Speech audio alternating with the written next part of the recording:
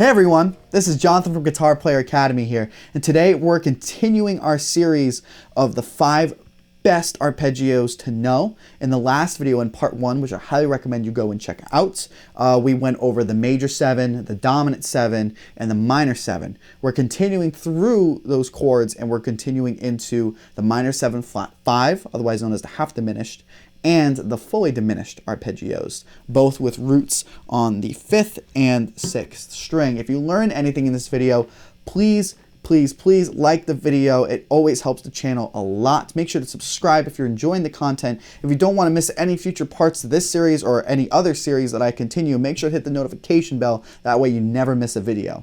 So without further ado, let's get into it.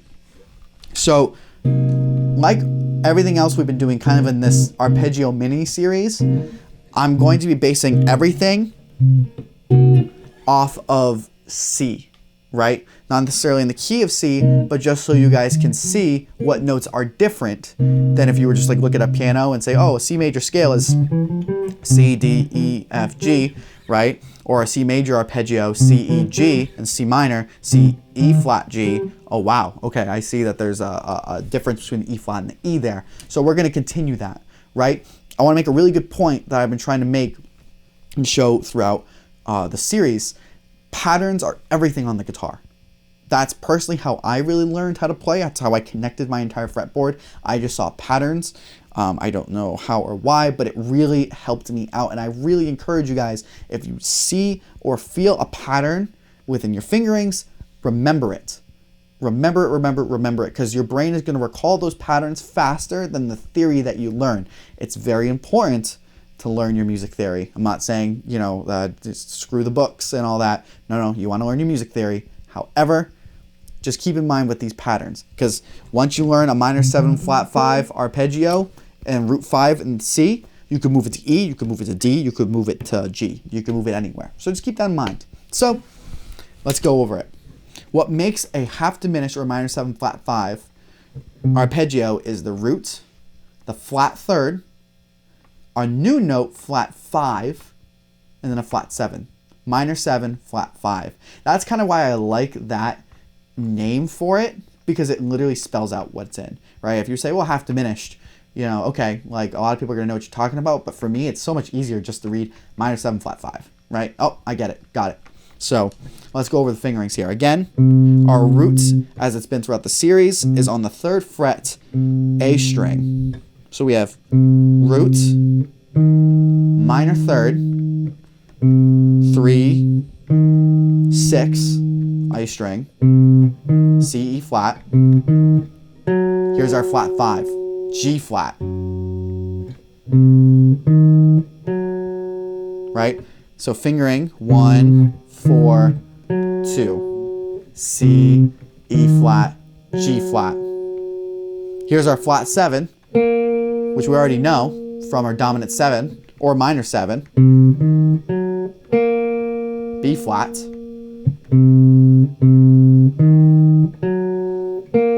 It's the 3rd fret. There's our root again.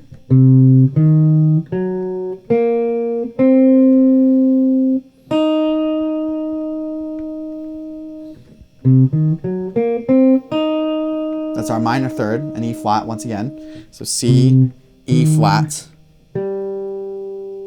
Nope, can't be that. That's the minor 7. Hear that difference? It's a little brighter.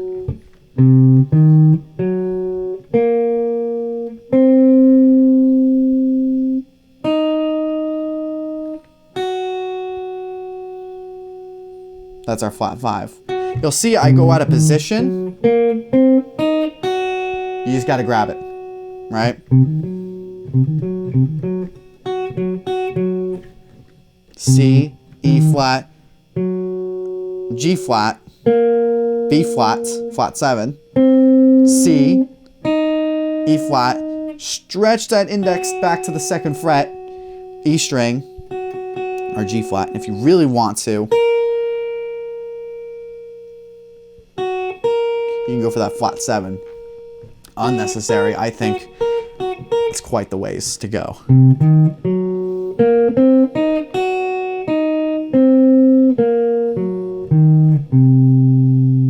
So let's go over it very slowly. 1, 2, 3, 4. C, minor third, flat 5, flat 7, 1, minor third, flat 5, minor third, 1, flat 7, flat 5, flat 3, 1. And again, think of it like you're playing a minor 7 arpeggio, but you're just flatting the 5. That's all you're doing, right? So think of our minor 7, right? Instead, flat every fifth you see. Every G, turn it into a G flat.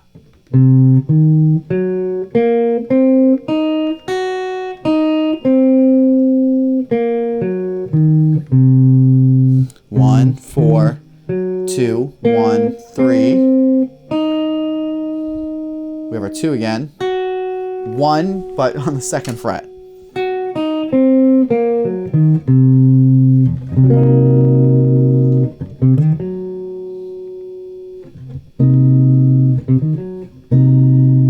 Now, moving it to the 6th string.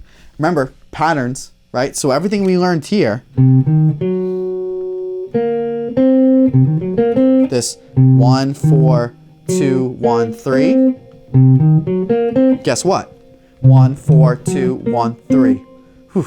it's thank God. Right?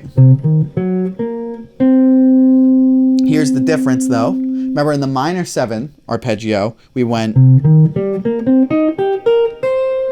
again, when we hit that G, we want to make it a G flat. Right? So we'll show how we'll do it. We have 1, minor third, flat 5, flat 7, 1, flat 3. There's our flat 5. 1, 4. Your G flat should be on your G string, 11th fret. Go for that flat 7 on the B flat. That's still the same. 1.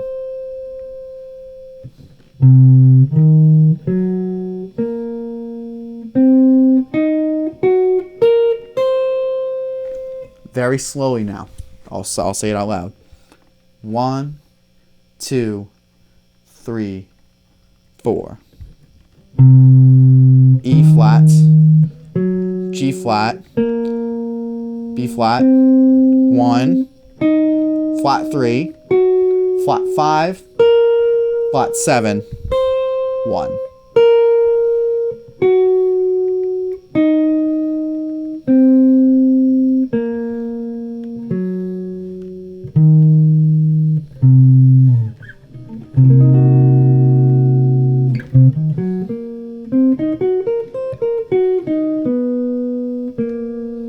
Create a little trick you can do.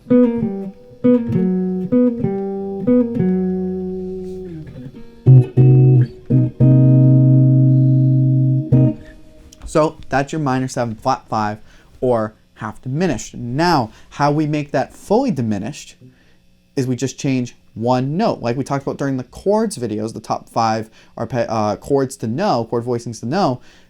To go from half diminished to fully diminished, you need to take that flat 7 and turn it into a double flat 7. Now, I want to make a point here. We call it a double flat 7 because when you're writing out a scale, right, and you're modifying like that, there's still the 6th, right, but you can't semantically write, the 6th and then the double flat 7 as the same thing, right? So, for example, if we're playing C here, our double flat 7 is actually B double flat, right? But if you're looking at a piano, you're playing it, you're just like, that's an A natural. Why wouldn't we say A natural?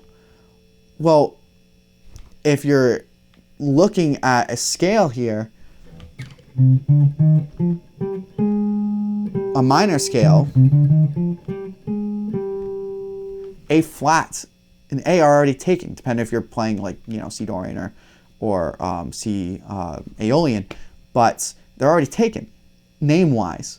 So we have to write it differently. So when I say double flat 7, it really is, in this case, the 6th. However, just when you're speaking it, make sure you say it's a double flat 7, because if you're in music school or if you're in lessons and you say, oh, well, I'm just playing the 6th, you know, that's what's in it. No, it's a double flat 7. I know semantically it's the same thing. Don't know why we have these rules, but it all ends up working out. And I always find that when I tend to stray away from them in communicative ways, it causes a lot of miscommunication. So just keep that in mind at the double flat 7. So what we're going to do is we're going to take our half diminished or minor 7 flat 5 arpeggio, and we're just going to change every B flat to a B double flat, or in this case an A natural.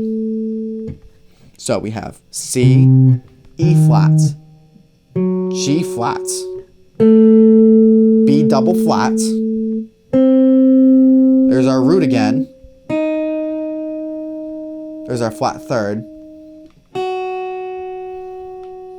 that's our flat 5, and our B double flat.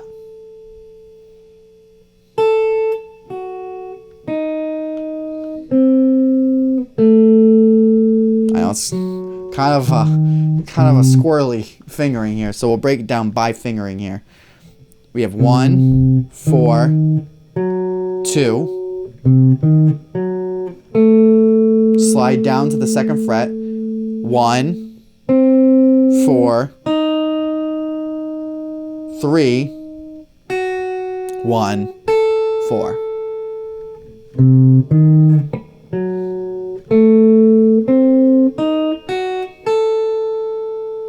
We'll do it very slowly. We'll count it off. I know it's a little squirrely. Take your time with it. This is definitely the hardest arpeggio we're going to go over in this mini series. It kind of pulls you all over the place. So let's just take it slow. 1, 2, 3, 4. Minor 3rd, flat 5, double flat 7, 1, minor 3rd, flat 5, double flat 7, walk it down,